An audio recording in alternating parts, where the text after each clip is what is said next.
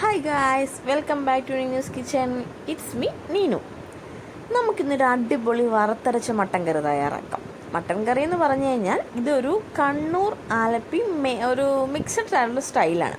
അതായത് ഒരു കണ്ണൂർ മട്ടൻ കറിക്ക് ഞാനൊരു ആലപ്പി മേക്കോറ് കൊടുത്തു.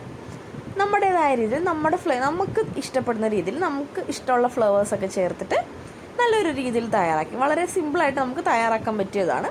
എല്ലാവരും ഒന്ന് ഇങ്ങനെ ഒന്ന് ട്രൈ ചെയ്ത് നോക്കിക്കഴിഞ്ഞാൽ നിങ്ങൾക്ക് എന്തായാലും തീർച്ചയായിട്ടും ഇഷ്ടപ്പെടും. അതിന് വേണ്ടിയിട്ട് ഞാനിവിടെ ഒരു 1/2 കിലോ മട്ടൺ എടുത്തിട്ട് നന്നായിട്ട് കഴുകി വൃത്തിയാക്കി എടുത്തിട്ടുണ്ട്. കുറച്ച് വിനാഗിരിയൊക്കെ ഒഴിച്ച് കഴുകുവാണെങ്കിൽ അതിൻ്റെ ആ ഉളുമ്പിൻ്റെ ചുവയൊക്കെ മാറി കിട്ടും. അപ്പോൾ നല്ലൊരു പ്രത്യേക ടേസ്റ്റ് ആയിരിക്കും നമ്മുടെ കറിക്ക്. മട്ടൺ വേവിക്കുന്നത് ഞാൻ കുക്കറിലാട്ടോ. നിങ്ങൾക്ക് അല്ലാതെ പാത്രത്തിൽ വേവിക്കണമെങ്കിൽ വേവിക്കാം, പക്ഷേ കുക്കറിലാണെങ്കിൽ നമുക്ക് പെട്ടെന്ന് തന്നെ വെന്ത് കിട്ടും. അതിന് വേണ്ടിയിട്ട് ഞാൻ കുക്കറിലേക്ക് കുറച്ച് എണ്ണ ഒഴിച്ച് കൊടുക്കുന്നുണ്ട്. വെളിച്ചെണ്ണ തന്നെ ഉപയോഗിക്കണം. ഇനി വെളിച്ചെണ്ണ ഇല്ലാന്നുണ്ടെങ്കിൽ വേറെ എണ്ണ ഉപയോഗിക്കാം, പക്ഷേ വെളിച്ചെണ്ണ ചെയ്യുന്ന ആ ഒരു ടേസ്റ്റ് കിട്ടത്തില്ല. ആ എണ്ണ ഒന്ന് ചെറുതായിട്ട് ചൂടായി വരുമ്പോൾ നമുക്കതിലേക്ക് കുറച്ച് കറിവേപ്പില ചേർത്ത് കൊടുക്കാം. കറിവേപ്പില നമുക്ക് കറിക്കൊക്കെ നല്ലൊരു ഫ്ലേവർ കൊടുക്കും. അതുകൊണ്ട് മാക്സിമം എല്ലാവരും ഇടാൻ ശ്രമിക്കണം. പിന്നെ 2 പച്ചമുളക് നീളത്തേക്ക് കീറിയതും കൂടെ ചേർത്ത് കൊടുക്കാം. ഇത് ചെറുതായിട്ടൊന്ന് വഴറ്റി ആ പച്ചമുളകൊക്കെ ഒന്ന് ചെറുതായിട്ട് ഫ്രൈ ആയി വരുന്ന സമയത്തേക്ക് നമുക്ക് 2 സവോള നീളത്തിലരിഞ്ഞ് ചേർത്ത് കൊടുക്കാം. നീളത്തിലോ എങ്ങനെ വേണമെങ്കിലും അരിയാം, നമ്മുടെ ഇഷ്ടത്തിൽ നമുക്കത് ചേർത്ത് കൊടുക്കാം.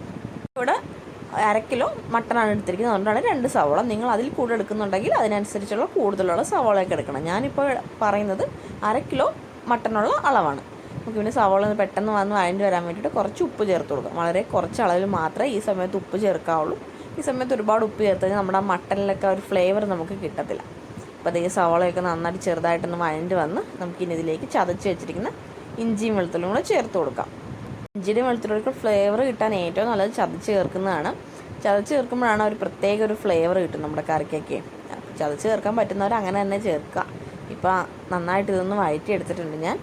ഇതൊന്ന് നന്നായിട്ടൊരു ചെറിയൊരു ഗോൾഡൻ ഷെയ്ഡായി വരുമ്പോൾ നമുക്ക് ഇതിലേക്ക് തക്കാളി ചേർത്ത് കൊടുക്കാം. തക്കാളി ഞാനിവിടെ 2 ചേർത്തിട്ടുണ്ട്. 2 ചെറുതായതുകൊണ്ടാണ് 2 എടുത്തിരിക്കുന്നത്.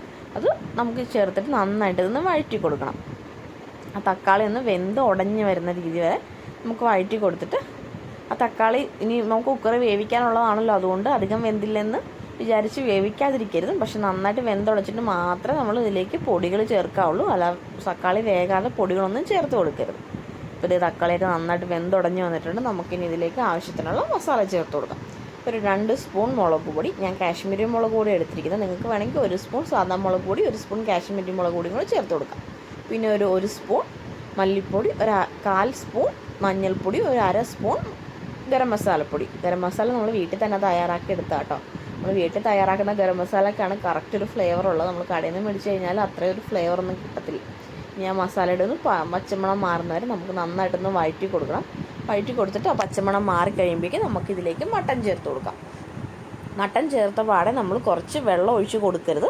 ഈ മട്ടനും ഈ മസാലയും കൂടെ ഒന്ന് 1 മിനിറ്റ് 1-2 മിനിറ്റെങ്കിലും നന്നായിട്ട് മിക്സ് ചെയ്ത് ആ മസാലയൊക്കെ മട്ടൻ്റെ എല്ലാ ഭാഗത്തും എത്തുന്നവരെ ഒന്ന് മിക്സ് ചെയ്ത് കൊടുക്കണം. അല്ലാതെ നമ്മൾ മട്ടൻ ഇട്ട പാടെ വെള്ളം ഒഴിച്ച് കഴിഞ്ഞാൽ നമ്മുടെ മട്ടനിലേക്ക് മസാലയുടെ ആ ടേസ്റ്റ് ഒന്നും വരത്തില്ല. നമ്മൾ കുറച്ച് നേരം വെള്ളം ഒഴിക്കാതെ തന്നെ ഇച്ചിരി നേരം ഒന്നിങ്ങനെ ഇളക്കി കൊടുത്താലാണ് നമ്മുടെ മട്ടനിലൊക്കെ നന്നായിട്ട് ടേസ്റ്റൊക്കെ പിടിക്കത്തുള്ളൂ. ആ മട്ടനിൽ ചെറിയ നെയ്യൊക്കെ ഒന്ന് ഉരുകിയൊക്കെ വന്നിട്ട് വേണം നമ്മൾ കുറച്ച് വെള്ളം ഒഴിച്ച് കൊടുക്കാൻ. കുറച്ച് സമയം ഇങ്ങനെ ഒന്ന് വെച്ച് കഴിഞ്ഞാലാണ് എന്തായാലും ചിക്കനായാലും ബീഫായാലും എന്തിനാണെങ്കിലും ആദ്യമേ വെള്ളം ഒഴിച്ച് വേവിച്ച് കഴിഞ്ഞാൽ അതിൻ്റെ ആ ഒരു നീരോ നെയ്യോ ഒന്നും ഇറങ്ങത്തില്ല. ഇപ്പോൾ ഞാൻ ഒരു 2-3 മിനിറ്റ് നേരം ഞാൻ നന്നായിട്ട് വഴറ്റി കൊടുത്തിട്ടുണ്ട്. അതൊന്ന് ചെറുതായിട്ട് ഇതായി വന്നപ്പോഴേക്കും നമ്മൾ കുറച്ച് വിനാഗിരി എൻ്റെ മുകളിലേക്ക് ഒഴിച്ചു കൊടുത്തിട്ടുണ്ട്.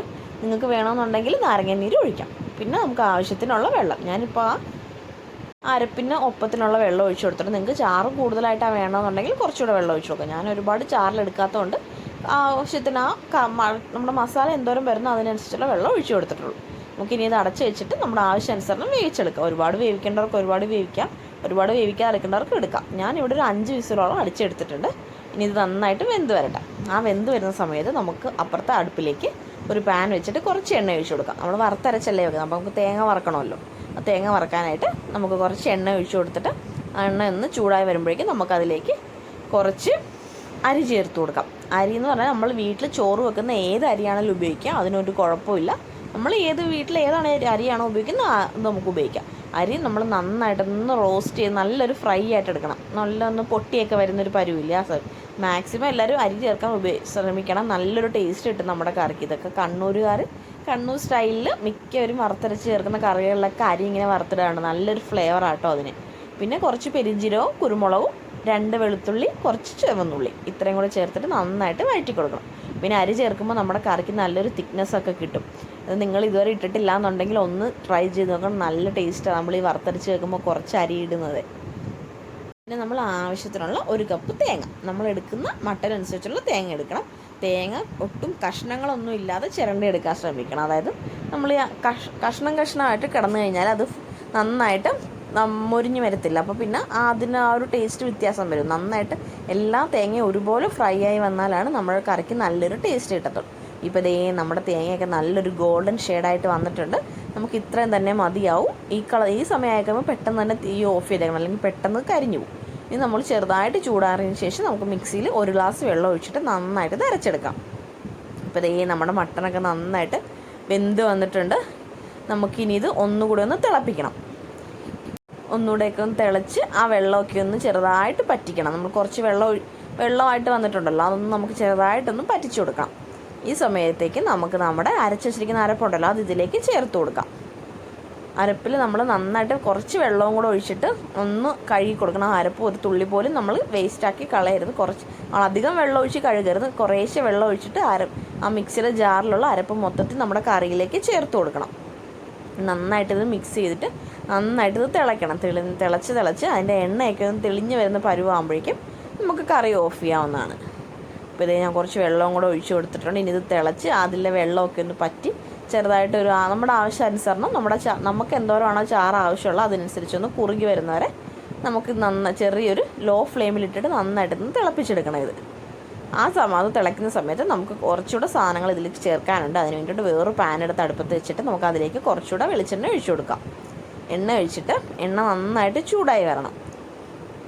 എണ്ണ നന്നായിട്ട് ചൂടായി വന്നതിന് ശേഷം നമുക്ക് അതിലേക്ക് കുറച്ച് കടുക് ചേർത്ത് കൊടുക്കാം. കടുക് നമുക്ക് ഈ കറികളിൽ ഫ്ലേവർ ഇഷ്ടമല്ലാന്നുണ്ടെങ്കിൽ കടുക് ഒഴിവാക്കാം. കടുക് ഒഴിവാക്കിയെന്ന് പറഞ്ഞ് പ്രത്യേകിച്ച് വലിയ ടേസ്റ്റ് വ്യത്യാസമൊന്നും വരത്തില്ല. പിന്നെ കുറച്ചൊരു കടുകിൻ്റെ ഒരു ഫ്ലേവർ കിട്ടും. പിന്നെ നമുക്കതിലേക്ക് കുറച്ച് ചുവന്നുള്ളി നന്നായിട്ടൊന്ന് മൂത്ത് വരുമ്പോഴേക്കും നമുക്കതിലേക്ക് കറിവേപ്പിലയും ഉണക്കമുളകും ചേർത്ത് കൊടുക്കാം. നിങ്ങൾക്ക് വേണമെങ്കിൽ ഈ സമയത്ത് കുറച്ച് കാഷ്നട്ടോ തേങ്ങാക്കൊത്തോ അങ്ങനെ എന്ത് വേണമെങ്കിലും ചേർത്ത് കൊടുക്കാം. അതൊക്കെ നമ്മുടെ ഇഷ്ടത്തിന് നമുക്ക് ചേർത്ത് കൊടുക്കാം. ഇനി ഈ താളിപ്പ് നമ്മുടെ കറിയിലേക്ക് ചേർത്ത് കൊടുക്കാം. നമ്മുടെ കറി നന്നായിട്ട് എണ്ണയൊക്കെ തെളിഞ്ഞ് വന്നിട്ടുണ്ട്. ആ സമയം ആയപ്പോഴത്തേക്ക് നമുക്കിനി ഇത് നന്നായിട്ടൊന്ന് മിക്സ് ചെയ്തതിന് ശേഷം കുറച്ചൊരു 10-15 മിനിറ്റെങ്കിലും നന്നായിട്ട് അടച്ച് വെക്കണം. അപ്പോഴാണ് നമ്മുടെ കറിയിലേക്ക് നമ്മുടെ മട്ടൻ്റെ പീസിലേക്കൊക്കെ നന്നായിട്ട് ഫ്ലേവറൊക്കെ പിടിച്ച് നല്ല അടിപൊളി ടേസ്റ്റി ആയിട്ട് വരത്തുള്ളൂ. നമ്മുടെ വറുത്തരച്ച് വെച്ചിരിക്കുന്ന നല്ല അടിപൊളി മട്ടൻ കറി ഇവിടെ റെഡി ആയിട്ടുണ്ട്. നമ്മൾ വളരെ പെട്ടെന്ന് തന്നെ നമുക്ക് വീട്ടിൽ തയ്യാറാക്കി എടുക്കാൻ പറ്റുന്നതാണ്. നല്ല വെറൈറ്റി ആയിട്ടുള്ളൊരു കറിയാണിത്. അപ്പോൾ നമ്മുടെ വളരെ ടേസ്റ്റി ആയിട്ടുള്ള മട്ടൻ കറി റെഡി ആയിട്ടുണ്ട്. നിങ്ങൾക്ക് ഇന്നത്തെ ഈ വീഡിയോ ഇഷ്ടമായിട്ടുണ്ടെങ്കിൽ നമ്മുടെ ഈ ചാനലൊന്ന് സബ്സ്ക്രൈബ് ചെയ്തേക്കണം. അങ്ങനെയാണെങ്കിൽ നമുക്ക് ഇനിയും ഇടുന്ന വീഡിയോസൊക്കെ നോട്ടിഫിക്കേഷനായിട്ട് നിങ്ങൾക്ക് കിട്ടുന്നതായിരിക്കും.